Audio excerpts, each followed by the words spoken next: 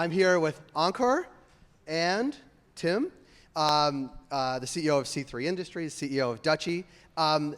So welcome. Thank you for being here. I want to get to the first question, and we'll talk a little bit about your backgrounds. We've got your titles, obviously, I just said them, and many of the folks here probably clicked into your profiles on the Benzinga website ahead of time. But thinking about the topic we're talking about today, thriving in the face of 2024 cannabis headwinds, what do you think in your background makes each of you uniquely qualified in your skill set to thrive right now? And we'll go my right to further right. Sure. Thanks everybody for coming today. I don't know if I am uniquely qualified, but I'll tell you what may help us. So I think first for me, my background, I was in finance, I was a lawyer, I was an investment banker. I think I really think about things through sort of a risk management and balance sheet management lens. And so when we're running our business, we're constantly trying to think about, are we set up correctly for these challenging environments that we're in? Are we doing the right deals when we're looking at things? Are we underwriting cases with the right level of sort of cynicism and sort of recognizing the environment that we're in? So I think that's really what drives a lot of our sort of thesis and sort of growth plans. And then beyond that, we're also the product of very competitive markets. And so we started our business in Oregon and Michigan. I think some of the trends that are playing out more broadly now, we faced them earlier on in those states. And so it really sort of defined our worldview. It kind of made us, question a lot of what was happening in other markets and thinking about whether they would follow the same trends. And so I think that's pretty critical for us. And then the last thing for me, I would just say is I'm very passionate about cannabis. I love cannabis flower. It's a big part of my life. And so trying to stay on top of what's happening with the consumer, with the product, I think that's really critical. And so it's something that's really important to me. Is this more fun than those other industries? I hope so. Yeah, for me, I think just being in a bunch of different things I've chosen to do in my career, they're just like deeply unsexy, brutal, grinded out, no capital, no resources. I think, a lot of companies in space were very capitalized early on, and some of that can be good, some of that can lead to some stuff that's not sustainable. But I think playing in a band and touring for a few years, that's like got to be one of the toughest industries to try and do anything in. Working 24/7, not sleeping, whatever, was a super grinded out. And then after that, I was in restaurant technology, which at the time was like an uninvestably unsexy theme, and we couldn't get any venture capital.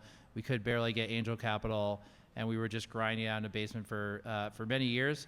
And I think doing it without like a lot of resources and without a big team was like really helpful, because you can really have just like an underdog sort of foxhole mentality thing with the team and just find a way to grind without a ton of resources. And so I think as we get into a more, still very exciting industry that is going to totally multiply from here at some point, sometime, somewhere, but really being able to like live within your means and still get a ton of shit done without a lot of resources, and really instilling that in the team, I think is something that's been really helpful. And then in terms of the plan itself, I wasn't a huge user earlier on in my life, but I got into it on sleep benefits and have used like many different products, and it's just obvious that it's a safer, better alternative to so many different things that people use. So yeah, it's been fun. See, I wish I'd told my parents that traveling around in a van was going to be a good life and a good experience for success, and later in life they were not buying it. But I want to talk in this topic, which I think is on the big screen over there. And Tim, I'm going to start with you. Talk about what you view as the headwinds right now in the industry in 2024. How long do we have? 15 minutes and 40 seconds, according to that. Okay. I mean, there's there's a tremendous amount of opportunity, and it's not just like every store is growing 50% year over year, and there's tons of greenfield to go after. But in terms of headwinds, I mean, obviously, intoxicating hemp has been a large headwind for the cannabis industry. Probably many different opinions in the room and elsewhere on it, but making sure that we find like a level playing field for those. There's been a lot of actions by states. Whether those are the wrong or right ways to solve it, I don't know, and some of them likely won't solve it. But making sure we have a level playing field on the farm bill loophole is obviously super important. I think there's been states that for ancillary businesses like ourselves and for plant touching businesses just wanted or expected them to go much faster, places like New York and other places. But you're starting to see those things really hit now. And then I would just say it's a messy space. Lot of money raising and balance sheet stuff all over the place. And so I think a lot of people are really trying to find like, what's my slice of the market? What's my niche? How do I find my operating rhythm and groove that I can build a long-term, sustainable, durable, profitable business in? And so, I think it's been super tough. I always joke that it's like in any like small business or high growth business, there's like the x-axis and the y-axis is like you're running your business and you're dealing with growth, and we have the z-axis of like total chaos that can change on a dime, and you're reorienting a business that's already growing. And like a lot of your, for some companies have been around long enough and they've taken a more conservative approach, and they've had like the same team members on the team for a long time. They have a culture, they have a groove, they have an operating rhythm, and so they had less of the roller coaster. But I think a lot of people are dealing with like lots of new team members, lots of new systems, lots of new processes, lots of new partners, and then certainly, for our customers, when there's solvency issues and like assets that are trading, they may not get paid by a partner, and they can end up in a lot of really, really weird spots. So I think it's like if you pick your spots, you can still crush, but ton of obvious headwinds. Yeah. And Ankar, to you, because you're operating in a number of states, and are they macro, so multi-state headwinds? Are there micro, like state-specific headwinds that you're operating in? Yeah, I think all the above. I mean, to me, it feels like probably the most uncertain environment that we've been in cannabis. I've been in it since 2017 in the licensed market. I see federal reform stalled out. I see 280E relief timing very uncertain. I see a consumer that's very stressed at a macro level. I see hemp intoxicants really cutting into our market, our overall market size. Expensive capital. So it is absolutely a tough time. I say this to a lot of people. If you look at most of the mature rec markets, they've stalled out in terms of growth. So some of them are actually contracting. And so, so it's a time where you have to be thinking about how to optimize your business. That's a lot of what we're going to talk about, I think, later in this panel. But I think it's incredibly challenging and uncertain right now. And so I just think we all have to be focused on trying to make our businesses better. And we can't expect a lot of growth to come to prop up our businesses. Yeah, and I know it's been part of other panels too. I was in one earlier this morning about the same thing. We've talked about, obviously, your background's what makes you either uniquely qualified or qualified to tackle those headwinds. But talking about tackling those headwinds, which we're talking about in this panel, like, how are you doing it this year? And were they the same challenges you thought you'd be tackling when the year started or going into 2024, or have they shifted and changed? You start. I think a lot of the stuff, the challenges we were aware of coming into the year, I think the part that was maybe surprising for our business was the weakness in the consumer. That I don't think was really baked into a lot of people's planning for this year. And so how do we grow in this environment? I mean, it's a critical question. We're trying to grow pretty significantly even in this current moment. And so to me, there's two aspects to it. I look at my existing portfolio and I say, how do I generate same-store sales growth? How do I generate profitability growth in these same doors?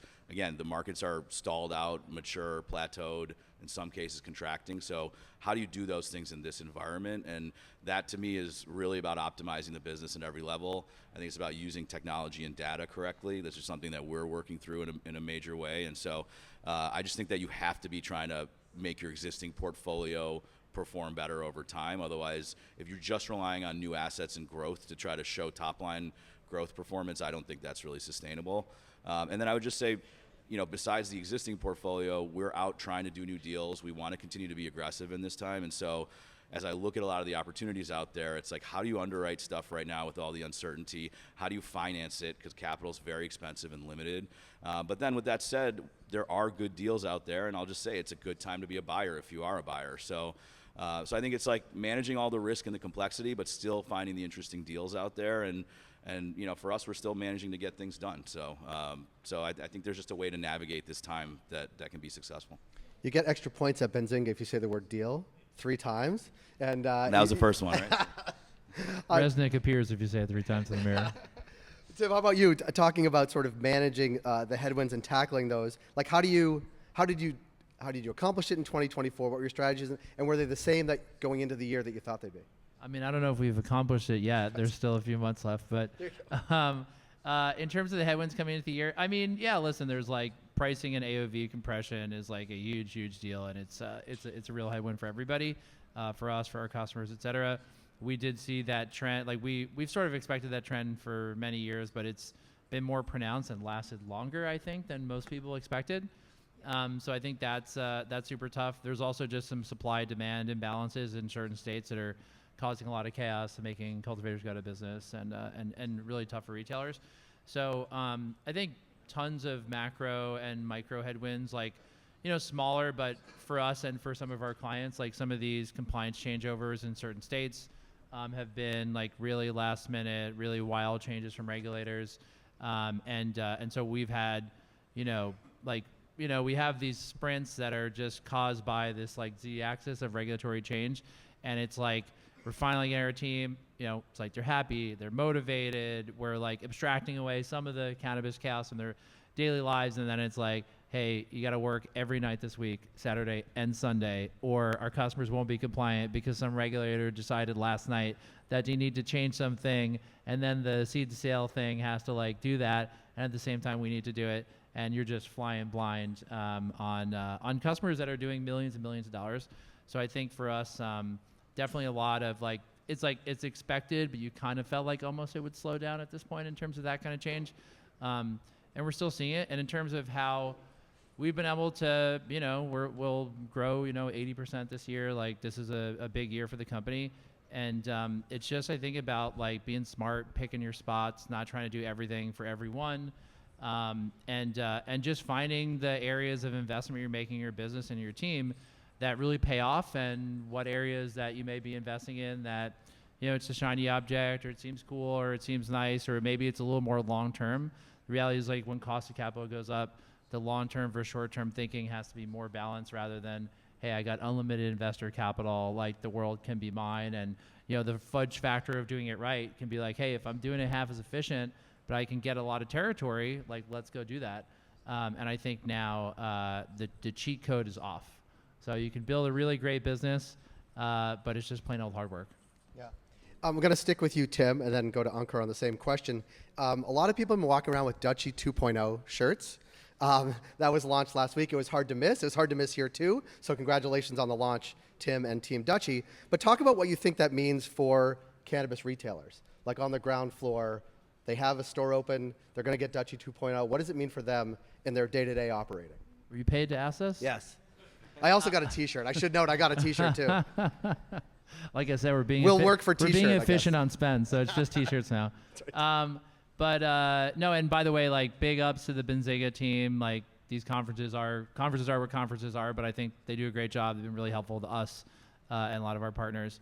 Yeah, I think in terms of like what it means, it's everyone said it. Like every single person in the industry has said, there's all these other retailers. They give consumers a great experience. Consumers and retailers know what great looks like, and they haven't been able to get there yet. And I think in a lot of ways, it's because the industry is so new, and we've had all kinds of wild regulatory and compliance stuff to deal with. But the reality is, like, and again, been talked about many times before, we know who every consumer is. We have their IDs.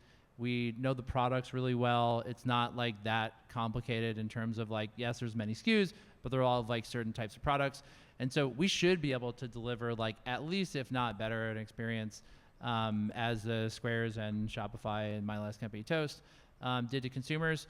But part of it is partnership with our partners and operators. Is like the tech can only get you so far. Like we're not going to have some, there's like many cool tools, lots of new AI tools, lots of different things you can do. But if you're not like training the team, getting the team at the dispensaries, getting like the floor managers and the bud tenders and the hosts really excited about this stuff, you can only get so far. So we're really excited about it, about bringing the true, digital handshake, Starbucks experience, the Amazon experience, whatever, to retailers with their brand front and center. But there's a reality that you kind of just need to eat your vegetables. Like we can't just, a lot of people are coming and say like, we got this tech thing and you're gonna like double your revenue tomorrow. It's like, no, that's not gonna happen. But over time, can we like really optimize like CAC to LTV for your business, optimize loyalty, make sure that your store is the store people choose? It's like, we can't probably do the couple most important things. Like you gotta pick the right spot. You got to make the store cool. You got to have a great brand. You got to have a team that's excited, that's like warm and inviting and having the right conversations. But there's a lot of things on convenience, personalization, where you can have a frictionless, smart experience like you have on the rest of the internet and the rest of retail stores. And I won't say we're all the way there, but I think this is the biggest step we've ever taken. People are excited, and from here it's just grinding it out with our partners to implement this in the real world and get the staff at the stores jazzed about it. Yeah. Ankur, that's like a handoff to you. Talking about, I guess part of it is like what it means in store, but a little birdie told me also you are obsessed with data. And the word was obsessed when I asked them about you. But talk a little bit about sort of what it means in your stores around the country and number of states, but also what it means to you as sort of overseeing the whole operation. Yeah, I mean, I think I'll just go back to what I said before. Mature rec markets are stalling out. There's not a lot of overall growth happening. So how do we make our stores better in that environment? And so to me, the customer experience is critical. I think there's a huge information problem in cannabis. When customers walk in the store, how do they know what their options are? How are we not immediately going to a discounting and promo-based approach? Because that's like, in my opinion, like that's the first thing people do, and it's the most basic thing that you do if you don't have any other tools in your arsenal to use. And so if we know if there's more competition and everyone's price competing, how do we fight against that trend? And I think if you do it through the proper use of technology in your business, optimizing, what you're doing both back of house and front of house. And I think what the Dutchy guys are doing, we want to work more closely with our technology partners, because I think that, for us, we need to work collaboratively to try to develop these solutions and tweak them over time. So again, I just see I see a market where we can't rely on external factors to help us, whether that's federal reform or overall market growth, and instead we have to be taking a really hard look at our own businesses and saying what's going well and what's not. And for us, we came out of markets like Michigan where we were heavy on deli flower. Everything happened at the point of sale station, and now we're saying, well, what are we talking about with the customer in the waiting room? What are we saying to them when they're sitting waiting to get to the counter? What if they just want a quick experience in and out? What are we showing them a menu that always has the lowest price first, or are they going to see other options, and how are we upselling them? So, it's kind of retail 101, but it just hasn't been brought into the cannabis industry fully yet. And we've had the luxury of, as companies, of saying, hey, we're going to go open a new store in this place. There's no competition. It'll do huge revenue. It doesn't even have to be that well set up. We just throw it open, and it's the only game in town, so people will show up. And those opportunities just don't exist anymore. So now you actually have to block and tackle, do the fundamentals, and figure out how to make your business actually properly optimized. So, and again, I think technology and data is critical to it. But for us, what tools we use, it's a very complex environment. There's so many different parts of the business, and what tools do you use for each one? So it's a huge focus area for us, and I'd say we're just really the beginning of getting it fully dialed in. Yeah. Sports metaphor, just don't block and tackle like the Patriots this year. Block and tackle like a much better team. Ankur, I want to stick with you because we talked about your respective backgrounds. We talked about the current state of affairs at your operations and at Dutchy as well. I want to look ahead, crystal ball it a little bit, because you did reference federal reform. There's a number of elections coming up. Looking ahead to 2025, we're sitting in the same beautiful space in downtown Chicago. What do you think we're talking about in 2025? I think we're talking about the same stuff. I mean, I think for better or worse, the situation's not going to. I'm very, very bearish on federal reform. I think 280E reform is uncertain. Timing is very uncertain. I think the macro consumer environment may get a little bit better, but we're largely going to be sitting in the same situation. I don't see huge TAM growth coming. I don't see intoxicating hemp getting figured out quickly. So, not to sound negative or cynical, but it's going to be the same environment, which to me means even more reason we have to make our businesses better. Because if you believe this is going to persist, there's nothing that's going to come save us in the middle of 2025. So I view it as being very similar. How dare you? Yeah. Tim. Bummer. Sorry, everybody. Yeah. I likely agree. We're co-chairs on the rescheduling effort. We're very excited about it. We think there's a really good chance it will happen, but I mean, to make any bet on what the federal government does on literally anything right now would, of course, be silly. And so I think, it's like plan for nothing good to happen and let it be a happy accident if it does. And just like really dig in on, you have the tools you have the team you have the capital you have, and all you can do is the best you can without hoping for miracles.